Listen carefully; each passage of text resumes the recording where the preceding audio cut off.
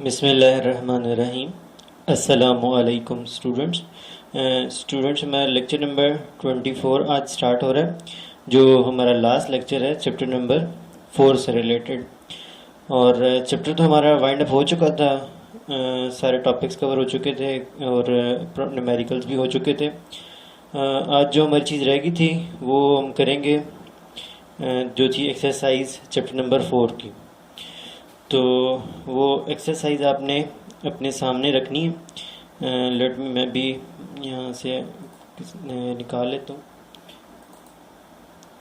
तो बाकी आपके जो एग्ज़ाम्पल्स थी वो भी हो चुकी थी, क्विज जितने थे वो भी सारे हो चुके थे, और मिनी एक्सरसाइजेज भी हो चुकी थी। साइड इन्फॉर्मेशन कोई चीज़ हमने स्किप नहीं की, तो इसलिए आपने एग्ज़ाम के लिए भी जो है वो कोई चीज़ स्किप नहीं करनी, सब चीज़ें आपने प्रॉपरली प्रिपेयर करनी है। क्योंकि जो सिचुएशन हमारे सामने अभी वो यही है कि 15 सितंबर से कॉलेज ओपन होगा, तो शायद बहुत हो तो जना अक्टूबर के फर्स्ट वीक में आपके एग्ज़ाम शायद हो जाए। तो उसमें ऑब्वियसली ये चैप्टर नंबर 3, 4 तो कंफर्म इंक्लूडेड होंगे, बाकी भी चैप्टर्स होंगे। मे भी शायद चैप्टर 7, 8 के अलावा बाकी तकरीबन सारा सिलेबस ही होगा।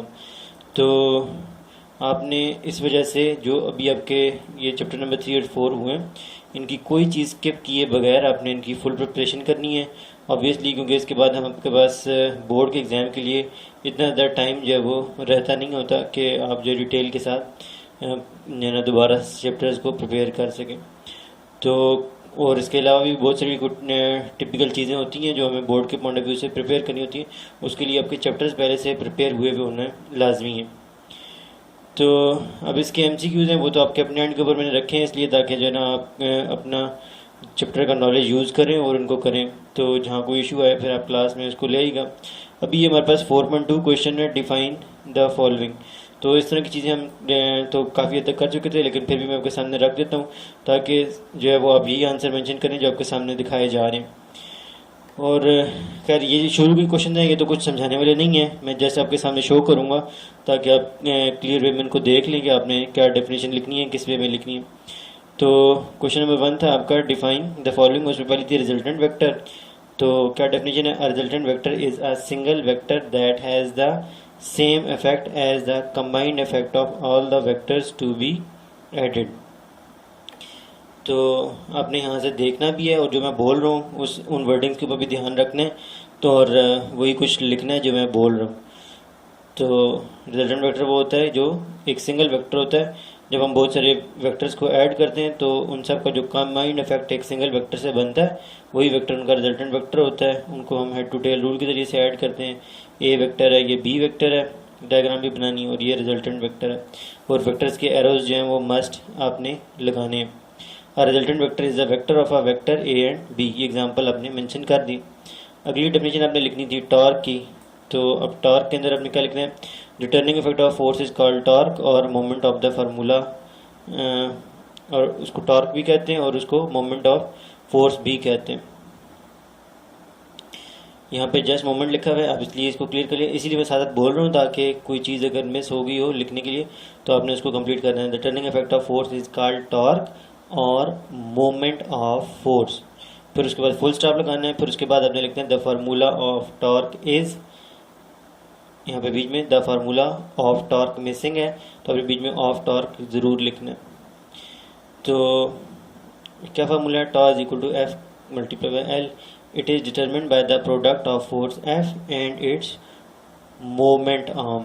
ये अगेन जो है ये गलत लिखा हुआ है, मूवमेंट आर्म। एक स्टूडेंट से मैंने लिखवाए थे तो अपने एंड के ऊपर उसने हेल्प तो काफ़ी की, लेकिन सम टाइम हो जाता है गलती से कुछ चीज़ें माइंड में और होती हैं जब बंदा लिख रहा होता है, तो उस वजह से। लेकिन ये अपने कुछ छोटी मोटी जो मिस्टेक्स हैं इनको कवर अप करना है। ये यहाँ पर मूवमेंट आर्म लिखा हुआ है, मूवमेंट आर्म नहीं है, ये क्या है? मोमेंट आर्म है। वी और ई आपने बीच में से हटा देना है। तो it is determined by the product of force end moment arm L और एफ का प्रोडक्ट होता है। इट इज़ डिनोटेड बाय टॉ। टॉ को आप ये उल्टा जे की फॉर्म में लिखते हैं। ये उसका ऊपर सिंबल मैंने दिखाया हुआ फार्मूले में, अपने ऐसे लिखने। इन ऐसे यूनिट, ये लास्ट लाइन थोड़ी सी जो है वो क्लियर नज़र नहीं आ रही, तो आपको मैं बोल रहा हूँ, आपने यहाँ से मेरे सुन के जो है इनको लिख लेना लाइन को। In S I unit the comma the unit of force, the unit of torque is newton metre N M. दोबारा ये लास्ट लाइन सुन लें। In S I unit comma the unit of torque is newton dash metre और bracket में N M. अब symbol में आप N M लिखेंगे, एन कैपिटल लिखना है और साथ ही एम लिखना है, बीच में कोई डैश नहीं लगानी। तो लेकिन न्यूटन मीटर जो पूरा वर्ड लिखना है बीच में डैश लगा दीजिएगा। तो ये आपके पास सेकंड डेफिनेशन होगी। फिर उसके बाद अगली डेफिनेशन थी आपके पास सेंटर ऑफ मास की। वो ऐसी जो बुक में आपने पढ़ी है वही आपने लिखनी है। Centre of mass of a system is such a point where an applied force cause the system to move without rotation. और साथ में जो बुक पर डायग्राम बनी हुई थी फर्स्ट डायग्राम, वो आपने ये बना देनी है। अगली डेफिनेशन है सेंटर ऑफ ग्रेविटी की, वो भी ऐसे आपने बुक वाली जो थी वही यूज़ करनी है। Centre of gravity of body is defined as the point where the whole weight of the body appears to act vertically downward. For example the centre of gravity of a uniform square, और ये शायद आगे से miss हुआ हुआ है, अब इसे कंप्लीट कर लीजिएगा। The centre of gravity of a uniform square और a rectangle is the intersection point of the diagonals, और a rectangle is the intersection point of the diagonals। तो ये भी फोर्थ डेफिनेशन होगी। आप इसके अलावा कोई और एग्जांपल भी मेंशन कर सकते हैं। मैंने तो स्क्वायर रेक्टेंगल लिख दिया, आप सर्कल की या सिलेंडर की जो है वो जो स्ट्रेट फॉरवर्ड से डायग्राम एग्जांपल हो आप लिख दीजिएगा। तो ये आपके पास क्वेश्चन नंबर 4.2 हो गया। हाँ, ये अगले पेज पे थी। और rectangular sheet is a point of intersection of the diagonal as shown. तो ये आपके सामने आगे जा। फिर उसके बाद अगला क्वेश्चन था write down the differentiate between like forces and unlike forces. तो पहला पॉइंट इसमें क्या है, like forces are also called like parallel forces. तो बुक में टॉपिक था लाइक पैरेलल फोर्सेस का, तो क्वेश्चन में उसने लिख दिया लाइक फोर्सेस। तो एक ही चीज़ है, like parallel forces are also called like parallel forces. उधर क्या होगा, unlike forces are also called unlike parallel forces. अगला पॉइंट आपके पास like forces are the forces that have the same direction to each other. Like forces के अंदर, like parallel forces में सबकी डायरेक्शन एक होती है। जिसने एग्जांपल दी थी कि बस के पीछे से अगर सारे पैसेंजर से उसको फोर्स लगाएं तो वो लाइक पैरेलल फोर्सेस होंगी। Unlike parallel forces are the forces that are in opposite direction to each other. Unlike forces में डायरेक्शन एक दूसरे के ऑपोजिट होती है। इसके अंदर एक बैग के अंदर जो एप्पल्स पड़े थे उसकी एग्जांपल मेंशन कर दी थी हमने, और वहाँ पर जो है वो एक एप्पल है जो है वो किसी स्ट्रिंग के साथ जो है वो अटैच हुआ हुआ है, और वो स्ट्रिंग किसी हुक के साथ जो है वो हैंग हुआ हुआ है। तो इसके अंदर जो वेट होगा वो डाउनवर्ड होगा और टेंशन इसमें अपवर्ड होगी। तो वेट का अपने एरो नीचे बनाना है, टेंशन का एरो अपने ऊपर बनाना है। तो इस तरह से ये अनलाइक पैरेलल फोर्स की एग्जांपल आ जाएगी। फिर उसके बाद अगला क्वेश्चन था differentiate between torque and couple. तो ये थोड़ा डिटेल आप इसको मेंशन करना पड़ेगा। इसके अंदर पहला पॉइंट है the turning effect of force is called torque और मोमेंट ऑफ फोर्स। वहाँ पर couple is form by two unlike parallel forces of the same magnitude that but opposite in direction, जो उसकी डेफिनेशन थी। Point number 2 to produce a torque we need only one force at least. में एक force की जरूरत होती है, जबकि कपल के अंदर दो ऑपोजिट डायरेक्शन में फोर्सेस लग रही होती हैं। To produce a couple we need two unlike parallel forces at least. तो द टॉर्क का फॉर्मूला था F इंटू एल, जिसके अंदर एल जो है वो जस्ट उसका मोमेंट आर्म था। पॉइंट ऑफ रोटेशन से लेकर line of action of force तक का जो डिस्टेंस था वो एल था। जबकि कपल के अंदर torque of a couple, just couple word भी हम यूज़ कर सकते हैं और टॉर्क ऑफ द कपल भी यूज़ कर सकते हैं। तो उसका formula F into A B था, और ए बी जो है वो आपके पास पॉइंट ऑफ रोटेशन से line of action of force तक का डिस्टेंस नहीं है, बल्कि जो दो ऑपोजिट फोर्सेस अप्लाई होती हैं ये जिस तरह से नीचे, उन दोनों के बीच में जो डिस्टेंस होता है वो आपके पास उसका डिस्टेंस मल्टीप्लाई किया जाता है फोर्स के साथ टॉर्क ऑफ कपल फाइंड करने के लिए। तो ये पर डबल आर्म स्पैनर की एग्जांपल इधर आ गई, और वहाँ पर जस्ट सिंगल स्पैनर की एग्जांपल आ जाएगी। तो ये आपके पास इसका डिफरेंस आ जाएगा। A double arm spanner is used to open nut. Equal forces each of magnitude F are applied on ends A and B of spanner in opposite direction. These forces form a couple that turns the spanner about point O.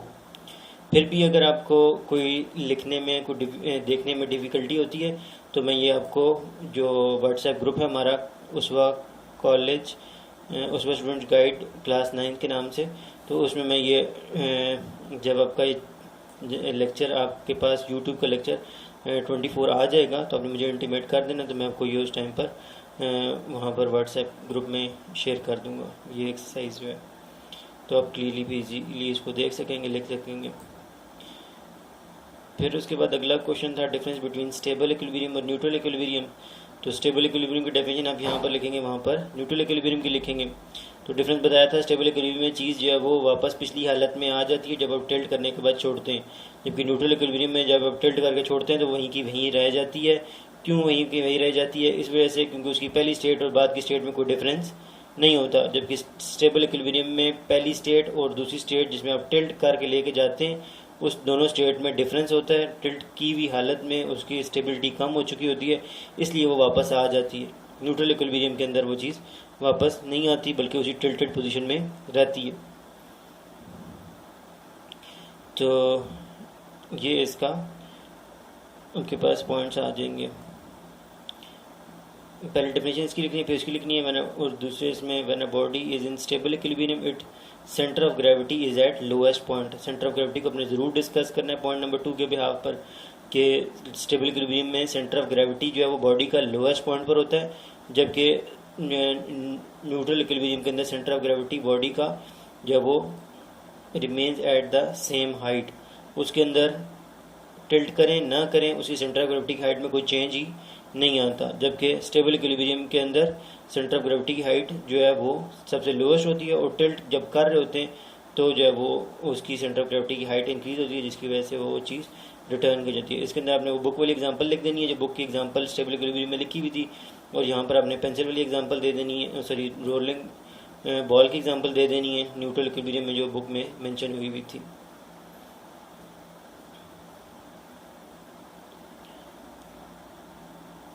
ये last में mention हुआ है, the rolling ball is an example of neutral equilibrium. और point number 2 पे लिखा है neutral equilibrium centre of gravity of the body remain at the same height irrespective of the it's new position. की नई position उसकी क्या है, उसके बावजूद उसकी सेंटर ऑफ ग्रेविटी की हाइट पे कोई चेंज ही नहीं आता।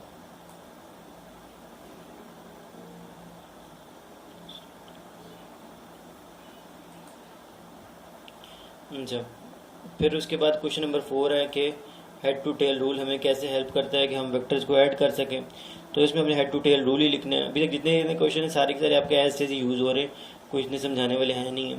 Head to tail rule is a graphical method of vector addition. In this method according to a selected scale draw any force as a first vector and then draw second force such that कि आपने इसमें क्या करना होता है। To tail एक graphical method है vectors को ऐड करने का। इस मेथड के अंदर हम क्या करते हैं, according to a selected scale हम सबसे पहले एक फोर्स ड्रॉ कर देते हैं फर्स्ट वेक्टर के तौर पर, वो जो मर्जी हो, और फिर उसके बाद सेकंड फोर्स ड्रॉ करते हैं। वो किसी से ड्रॉ करते हैं कि सेकंड की टेल फर्स्ट की हेड के साथ कोइंसाइड करती है या इन कांटेक्ट होती है। तो such that tail of the second vector coincide, ये कोइंसाइड लिखा हुआ है, कंसीडर ना समझिएगा इसको, coincide with the head of the first vector. Similarly draw all the forces. तो इसी तरीके से आपके पास उसके बाद अगर और फोर्सेस हैं तो उनको भी आपने इसी तरीके से ड्रॉ करना है। Similarly draw all the forces then a vector which start from, जब आप ड्रॉ कर चुकेंगे, then a vector which start from the head from the tail to tail of first force and its head coincide with the head of last force. Okay, then a vector which starts from tail of first force, एक ऐसा vector जो कि जिसकी tell first force से first vector से start हो रही हो, मतलब फर्स्ट वेक्टर की टेल से स्टार्ट हो रही हो, और लास्ट वेक्टर के हेड के साथ उसका हेड कंबाइन हो रहा हो, उसको हम क्या कहते हैं, हेड, उसको हम कहते हैं रिजल्टेंट वेक्टर। वो हमारा वेक्टर एडिशन का आंसर होता है। Last four will represent the resultant of all the forces. तो ये तो एज इट इज आपका वही हेड टू टेल रूल है जो आपने पीछे टॉपिक के अंदर पढ़ा था। अब इसके बाद अगेन ये टॉपिक भी आपका as it is copy paste topic है, वो वाला मैं यहाँ से दिखा दूंगा। क्वेश्चन नंबर 4.5 कौन सा है, how can a force be resolve into perpendicular component, resolution of force वाला टॉपिक हमने पढ़ा था। लेकिन अब आपको यहाँ पर उस तरह से तो नहीं लिखना होगा टू रिजॉल्व, क्योंकि वहाँ पर अगर एग्जाम में आता है लॉन्ग के अंदर तो अपने फुल डिटेल के साथ सारे का सारा टॉपिक आपने एक्सप्लेन करना है। बल्कि इसके साथ आगे बताया था determination of force from its perpendicular component का जो टॉपिक अगले पेज पे लिखा था वो भी आपने साथ ही लिखना है। तो टू रिजॉल्व अ फोर्स, और अगर शॉर्ट में आता है तो फिर आप ये शॉर्ट फॉर्म इसकी लिखेंगे और ये दो डायग्राम बना के एंड पे दो फार्मूलाज लिख दीजिएगा। तो to resolve a force into perpendicular component, draw the resultant according to its magnitude. कि अगर आपने किसी फोर्स को रिजॉल्व करना है तो कैसे रिजॉल्व करेंगे, कि सबसे पहले तो आप वो रिजल्टेंट जो वेक्टर है जिसको आपने रिजॉल्व करना है उसको आप बनाएंगे एक स्पेसिफिक उसके मैग्नीट्यूड के लिहाज से, मतलब स्केल सेलेक्ट करते हुए, और फिर उसी स्केल के लिहाज से on the selected scale and required direction then draw perpendicular forces. तो फिर आपने उसी स्केल के लिहाज से जो आपके पास आपने जिस स्केल से रिजल्टेंट वेक्टर जो स्टार्टिंग मेन वेक्टर था जिसको आपने रिजॉल्व करना है, जिस स्केल से आपने ड्रॉ के स्केल का मतलब ये नहीं कि आपने प्लास्टिक का स्केल हुआ है तो यूज़ किया था आपने प्लास्टिक के स्केल से बनाना, लकड़ी के स्केल से बनाना। स्केल का मतलब आपको बताया था कि अगर लेट सपोज आपके पास 50 न्यूटन का अपने वेक्टर बनाना है तो आप स्केल सेलेक्ट करेंगे, let suppose 5 newton is equal to 1 centimetre, तो 10 सेंटीमीटर का फिर वेक्टर ड्रॉ कर रहे होंगे। तो वो जो स्केल आपने पहले वेक्टर के लिए ड्रॉ सेलेक्ट करना है वो इसी स्केल से आपने फिर बाकी के परपेंडिकुलर फोर्सेस ड्रॉ करनी है। देन ड्रॉ परपेंडिकुलर फोर्सेस,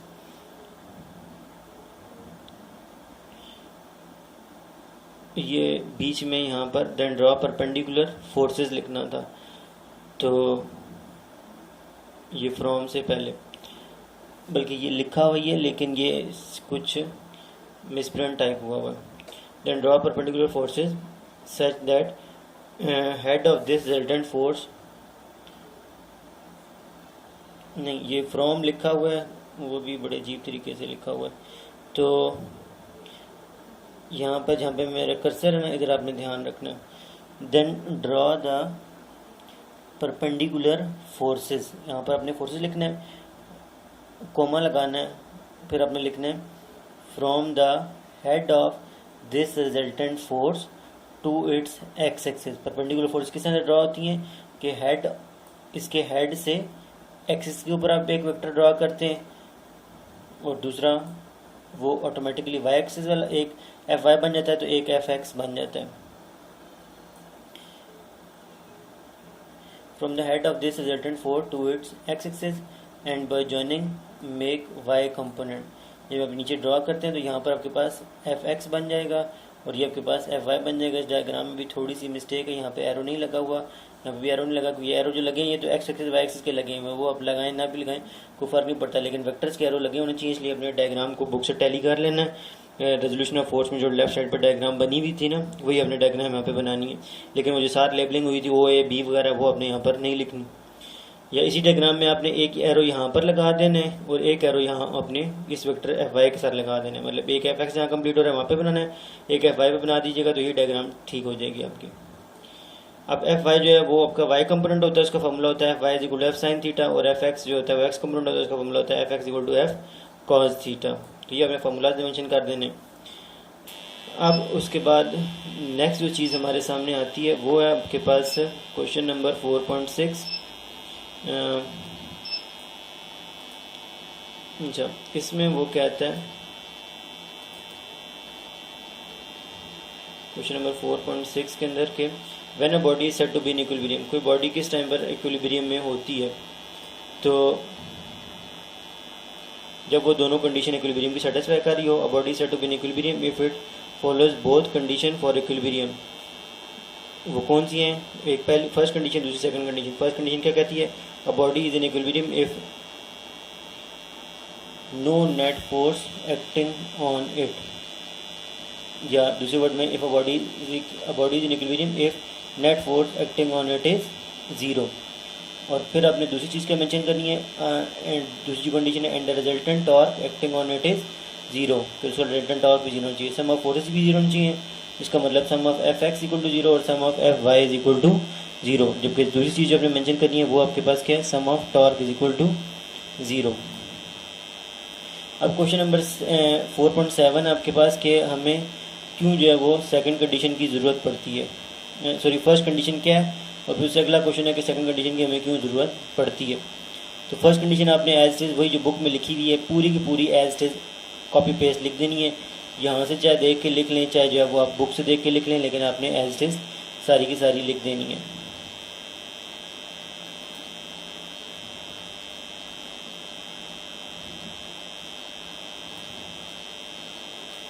फिर उसके बाद आपके पास अगला क्वेश्चन है why there is a need of second condition of equilibrium if the first condition satisfy, कि हमें सेकंड कंडीशन की क्यों ज़रूरत पड़ती है जब फर्स्ट कंडीशन सेटिस्फाई हो जाती है।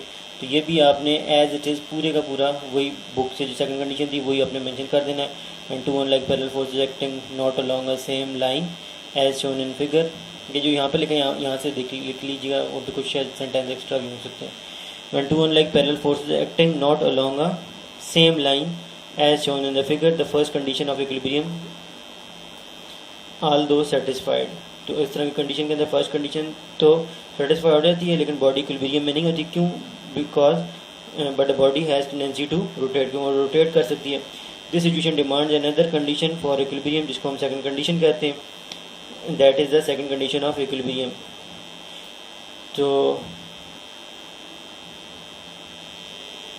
अब यहाँ पर कंडीशन के बाद जहाँ हमारा ये एरो कर्सर है ना, यहाँ पर कंडीशन पर इक्विलिब्रियम पर आपने फुल स्टॉप लगाना है और इस आ को कैपिटल कर देना है। Body satisfy second condition of equilibrium when the resultant torque acting on it is zero, sigma tau is equal to zero. ये आपके पास क्वेश्चन नंबर 4.8 हो गया। आपके पास क्वेश्चन नंबर 4.9 था कि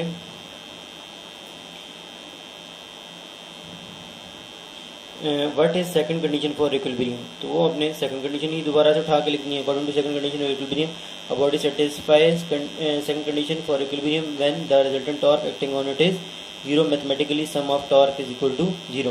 ये टॉर्क का सिंबल उल्टा यूज़ हुआ है, ये सही नहीं यूज़ हुआ हुआ, ये जे बना दिया, ये उल्टा जे यूँ करना है, मतलब राइट की तरफ उसको नीचे से घुमाना है।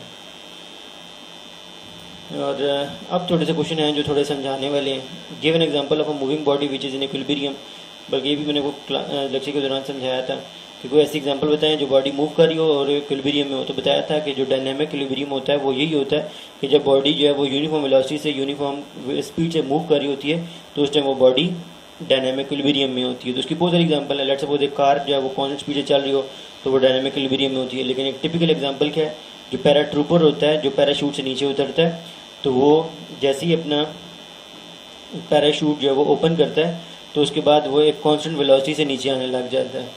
तो जिसको क्या कहा जाता है, टर्मिनल वेलोसिटी।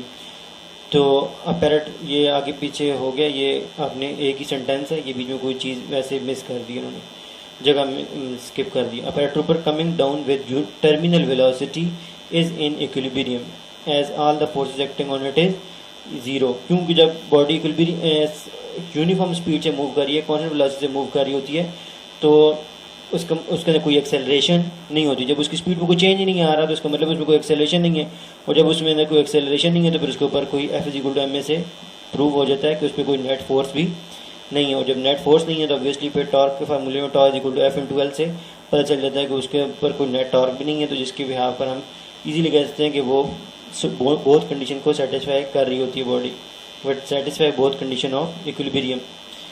तो बल्कि बहुत बेहतर तो यही था कि आप इसके अंदर मेंशन करें कि जो है वो change of velocity is equal to zero, change of velocity is equal to zero. फिर नीचे लाइन में लिखें कि तीन डॉट्स लगा दें, इसका मतलब होता है therefore a acceleration is equal to zero. फिर उसके नीचे लाइन में भी तीन डॉट्स लगाएं। फिर उसके बाद F is equal to M A का फार्मूला ब्रैकेट में लिख के मेंशन कर दें, the net force is equal to zero, sentence की फॉर्म में the net force is equal to zero. फिर उसके बाद दोबारा तीन डॉट्स लगाएं और एंड पे लिख दें tau is equal to F into L का फार्मूला ब्रैकेट में, और एंड साथ उसके आगे लिख दें the net torque on the body is also zero. तो नेट टॉर्क के साथ आप एंड पर राइट साइड पर सेकंड कंडीशन लिख दें, और ऊपर जो F is equal to M A वाली लाइन थी थर्ड लाइन, उसमें आप फर्स्ट कंडीशन ऑफ इक्विलिब्रियम लिख दें, तो आपका ये आंसर सही तरीके से कंप्लीट हो जाएगा। अभी ये लिखा हुआ तो है लेकिन ये सही तरीके से सेटिस्फैक्ट्री नहीं है, तो जो चीज़ें आपको बताई हैं वह चार लाइन जो हैं वो उसके साथ मेंशन कर दीजिएगा। आज इसके बाद अगला क्वेश्चन था आपके पास, कोई ऐसी बॉडी बताएं जो रेस्ट में हो लेकिन इक्विलिब्रियम में ना हो। इसके बारे में की बुक्स वगैरह के अंदर मुख्तलिफ जो है वो आंसर मेंशन हुए हुए होते हैं कि एक बॉडी जो अब हम इसको हाइट पे फेंकते हैं तो जो वो मैक्सिमम हाइट पर जाके पहुंचती है, और उसके बाद जब वो नीचे आने लगती है तो जस्ट बिफोर नीचे आने के और जब मैक्सिमम हाइट पे जब वो रुक जाती है तो उस वक्त उसके ऊपर वो रेस्ट में होती है और वो उस टाइम पर इक्विलिब्रियम में नहीं होती। तो लेकिन कुछ जगहों पर इस तरह क्लियरली लिखा हुआ होता भी है कि अभी जो है ना इस तरह की कोई भी खैर बॉडी जो है वो ऐसी नहीं हो सकती जो रेस्ट में हो लेकिन इक्विलिब्रियम में ना हो। और मेरे अपने वे के अंदर भी यही है कि आपके पास कोई इस तरह से केस हो नहीं सकता कि बॉडी रेस्ट पर हो और इक्विलिब्रियम में ना हो, क्योंकि कोई भी बॉडी अगर रेस्ट में है तो कन्फर्म है कि उसके ऊपर सारी की सारी फोर्सेस लेफ्ट राइट जो हैं वो सब एक दूसरे से कैंसिल हो रही हैं। क्यों? क्योंकि अगर कोई फोर्स उसकी कैंसिल नहीं हो रही और वो बच रही है उसके ऊपर, अगर उसके ऊपर नेट फोर्स कोई बचती है तो न्यूटन का सेकंड लॉ सिंपल सी बात है, कहता है कि एफ कोई नेट फोर्स से एक्सेलरेशन प्रोड्यूस होती है, फिर उस बॉडी को रुकना नहीं चाहिए और फिर उस बॉडी को चल पड़ना चाहिए। जब तक वो बॉडी रुकी हुई है तो कन्फर्म है कि उसके ऊपर जो है वो उसमें कोई मूवमेंट नहीं हो रही, उसमें कोई एक्सेलरेशन नहीं हो रही, तो कन्फर्म है कि फिर उस बॉडी के ऊपर नेट फोर्स जो है वो F is equal to M A से ज़ीरो आएगी। क्योंकि जब एक्सेलरेशन ही ज़ीरो है तो एक ही जगह पर आप ज़ीरो पुट करें F is equal to M A में, तो एफ का आंसर क्या आएगा? ज़ीरो। तो इस तरह से हो नहीं सकता कि बॉडी रेस्ट में हो और जो है वो उसके ऊपर जो है वो फिर भी इक्विलिब्रियम में ना हो। अगर उस रेस्ट में है तो उसकी एक्सेलरेशन ज़ीरो होगी, एक्सेलरेशन ज़ीरो होगी तो नेट फोर्स ज़ीरो होगी, नेट फोर्स ज़ीरो होगी तो ऑब्वियसली फिर उसका torque equal to F into L से उसका टॉर्क भी ज़ीरो होगा। तो और फर्स्ट कंडीशन भी सेटिस्फाई होगी, सेकंड भी सेटिस्फाई हो जाएगी, तो ऑब्वियसली बॉडी फिर इक्विलिब्रियम में ही होनी चाहिए, हो नहीं सकता कि फिर वो बॉडी इक्विलिब्रियम में ना हो।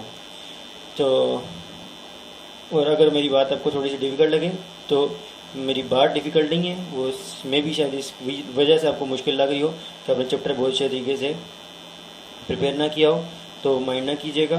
आप चैप्टर को एक दफ़ा थोरोली खास तौर पर इक्विलिब्रियम का टॉपिक जो है वो दोबारा से देख के फिर दोबारा से जो मैंने अभी आंसर आपको बताया इसको आप देखेंगे तो बहुत इजीली आपको बात समझ आ जाएगी। बल्कि 4.9 भी आपको समझ आ जाएगा, 4.10 भी आपको सही तरीके से समझ आ जाएगा, 4.11 भी आपको अच्छे तरीके से समझ आ जाएगा।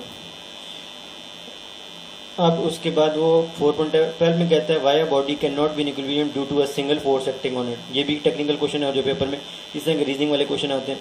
तो वो कहता है कि अगर सिंगल फोर्स बॉडी पे एक्ट कर रही हो तो फिर वो बॉडी क्यों इक्विलिब्रियम में नहीं होनी चाहिए, ये क्यों नहीं हो सकती? तो सिंपल सी बात है, अगर उसके ऊपर सिंगल फोर्स एक्ट कर रही है और उसको कोई फोर्स दूसरी कैंसिल नहीं कर रही तो वही सिंगल फोर्स ही उसके लिए फिर क्या होगी? Net force. क्योंकि नेट फोर्स क्या होती है? Sum of all the forces. जब फोर्स ही एक है तो उसमें साथ कोई दूसरी फोर्स ऐड ही नहीं हो रही जो उसको कैंसिल करेगी, तो वही फोर्स उसकी क्या होगी? Net force. और जब उस बॉडी पे नेट फोर्स होगी तो फर्स्ट कंडीशन तो कहती यही है कि इक्विलिब्रियम में वही बॉडी हो सकती है जिसके ऊपर कोई नेट फोर्स ना हो। जब उस बॉडी पे फिर नेट फोर्स होगी तो ऑब्वियसली फिर उसको इक्विलिब्रियम में तो नहीं हो सकती वो body. For a body in equilibrium it is necessary that a net force acting on it is zero. इस ज़ीरो को आपने बोल्ड कर देना। And sum of all the torque acting on it is zero. इस zero को पे bold कर देना। These two condition can not be satisfied if there is one force only. ये दोनों कंडीशन नहीं सेटिस्फाई होती अगर सिंगल फोर्स एक्ट कर रही हो। Because there is not any other force which cancel the effect of, ये cancel लिखा हुआ, which cancel the effect of this force keep the body in equilibrium। कि वो बॉडी को इक्विलिब्रियम में रखने के लिए कोई दूसरी ऐसी फोर्स नहीं है जो उस पहली फोर्स को कैंसिल कर रही हो। तो जब वो फिर इस वजह से उसकी नेट फोर्स जो है वो ज़ीरो नहीं होगी, सम ऑफ फोर्सेस उसकी ज़ीरो नहीं होंगी, पहली कंडीशन सेटिस्फाई नहीं होगी, तो वहीं से बात बार बार फिर बताई हो जाएगी कि वो बॉडी इक्विलिब्रियम में नहीं हो सकती। सेकंड लास्ट क्वेश्चन है why the height of a vehicle is kept as low low as पॉसिबल। तो ये भी आंसर आपको टॉपिक के बताया हुआ है। सिर्फ ये 2-3 सवाल ही थे जो आपको एक्सप्लेन करने वाले रह गए थे कि व्हीकल को सबसे जितना लो रखेंगे उतनी बॉडी वो व्हीकल ज़्यादा स्टेबल होगी। कैसे होगी? क्योंकि उसके सेंटर ऑफ ग्रेविटी की हाइट कम से कम होगी तो स्टेबिलिटी ज़्यादा होगी।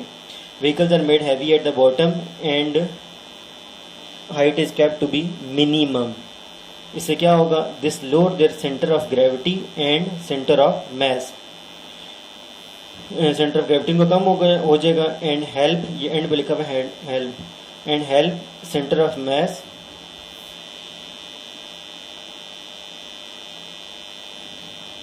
ये हेल्प नहीं है, ये किस वजह से यहाँ पे मेंशन कर दिया। मैं सेंटेंस को दोबारा से पढ़ के बताता हूँ। दिस लो, सेकंड जो सेंटेंस है ना, थर्ड लाइन से जो स्टार्ट हो रहा है, this load the centre of gravity and, ये आगे कुछ भी नहीं है, इसको काट दीजिएगा, and centre of mass must be kept as low as possible. बल्कि ये जो एंड पे लिखा हुआ है ना, हेल्प टाइप लिखा हुआ है, इसको काट के इसकी जगह लिख देगा एंड देयरफॉर। तो सेंटेंस दोबारा सुन लें। This load their centre of gravity and therefore centre of mass must be kept as low as possible.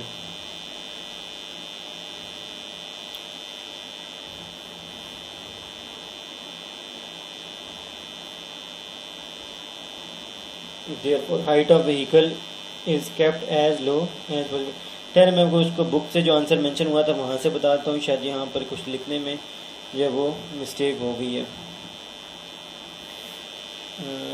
यहाँ पर था it is due to this reason racing car and made heavy at the bottom and height of the minimum. नहीं, यहाँ पर mention नहीं proper तरीके से।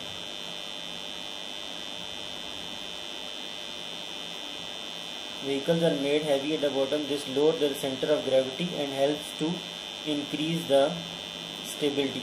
चलो ये जो बुक में लिखा हुआ है खाली आप इतना ही लिख दीजिएगा। Vehicles are made heavy at the bottom. This lower their center of gravity। Let मैं इसको ज़रा बड़ा कर देता हूँ आपके सामने।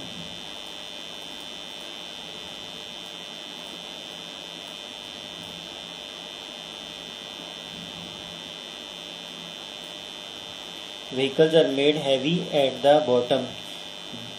This load their centre of gravity, जिसकी वजह से इनका सेंटर ऑफ ग्रेविटी का पॉइंट नीचे चला जाता है, and helps to increase their stability.